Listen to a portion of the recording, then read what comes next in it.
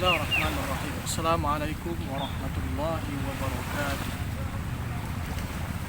Alhamdulillahillazi anzala al-Qur'an fi syahri Ramadan.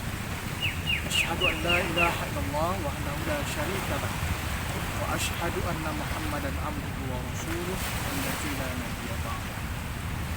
Faqala Allah ta'ala fi kitabihil karim. A'udzu billahi minasy syaithanir rajim. Bismillahirrahmanirrahim. شهر رمضان الذي أنزل فيه القرآن هدى للناس وبينات من الهدى والفرقان الحمد لله رب العالمين. Hadirin saudara sekalian yang dirahmati Allah, bersyukur kita kepada Allah Subhanahu wa Ta'ala. Pada bulan Ramadan ini memasuki 17 Ramadan, kita masih dipertemukan Allah kembali untuk melaksanakan ibadah puasa. Mudah-mudahan Allah memberikan kita kesehatan, memberikan kita kelapangan rezeki sehingga kita dapat menyelesaikan ibadah puasa sampai dengan nanti merayakan hari raya Idul Fitri. Salawat dan salam kepada Rasulullah SAW serta para sahabat dan keluarganya. Hadirin sekalian yang dirahmati Allah, Allah turunkan Al-Quran pada bulan Ramadan. Berbeda ulama menjelaskan tentang kapan turunnya. Ada yang menerangkan bahwa turunnya Al-Quran pada malam 17 Ramadan. Ada yang menerangkan bahwa Al-Quran diturunkan ketika malam Lailatul Qadar. Tetapi semua itu kita harus yakini dan pahami bahwa sesungguhnya Al-Quran sesuai dengan firman Allah Subhanahu wa Ta'ala yang dibacakan tadi, bahwa diturunkan syahru Ramadan unzila fihil Quran, pada bulan Ramadan. Saudara sekalian rahmati Allah, yang paling penting kita sebagai manusia, sebagai hamba Allah, sebagai seorang muslim, ada dua poin ketika kita harus memahami Al-Quran. Yang pertama adalah Al-Quran sebagai petunjuk bagi manusia. Huda linnas, huda lil muttaqin, petunjuk bagi manusia. Manusia ini terkadang sesuai dengan firman Allah Subhanahu wa Ta'ala, terkadang ingin berbuat baik, terkadang juga ingin berbuat buruk. Terkadang harus pandai membedakan mana yang benar, harus membedakan mana yang batil. Wala talbisul haqqa bil batil. Maka itulah kita perlu berpedoman kepada Al-Quran. Rasulullah SAW juga berpesan kepada kita, sesungguhnya aku tinggalkan dua pusaka. Kalau engkau berpegang teguh dengan dua pusaka ini, kata Rasulullah, niscaya tidak akan tersesat selama-lamanya. Apa itu? Al-Quran dan Sunnah Rasulullah SAW. Maka itu saudara sekalian, panduan kita, ukuran kebenaran kita sebagai seorang manusia, sebagai seorang hamba adalah Al-Quran. Fatimah ditanya oleh para sahabat, wahai Fatimah, apa akhlaknya Rasulullah?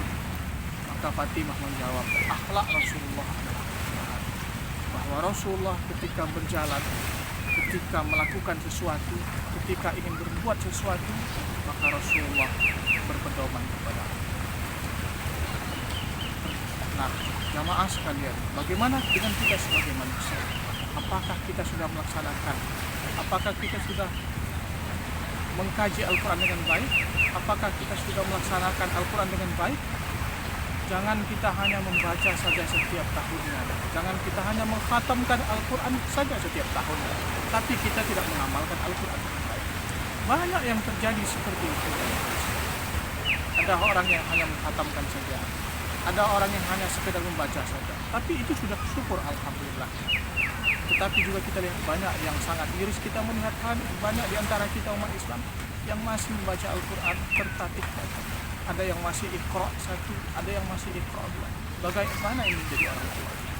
Maka jamaah sekalian, untuk menjadikan Al-Quran sebagai pedoman hidup kita, maka kita harus belajar Al-Quran dengan baik, mulai dari membacanya, mulai dari kita memahami isi kandungan Al-Quran, baru bisa kita jadikan pedoman sebagai umat manusia.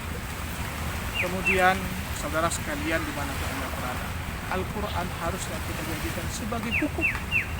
Karena dalam Al-Quran juga Allah sampaikan, litahkuma bainan nasi bima araqallah. Al-Quran harus engkau jadikan sebagai hukum bagi manusia. Al-Quran kita jadikan sebagai hukum.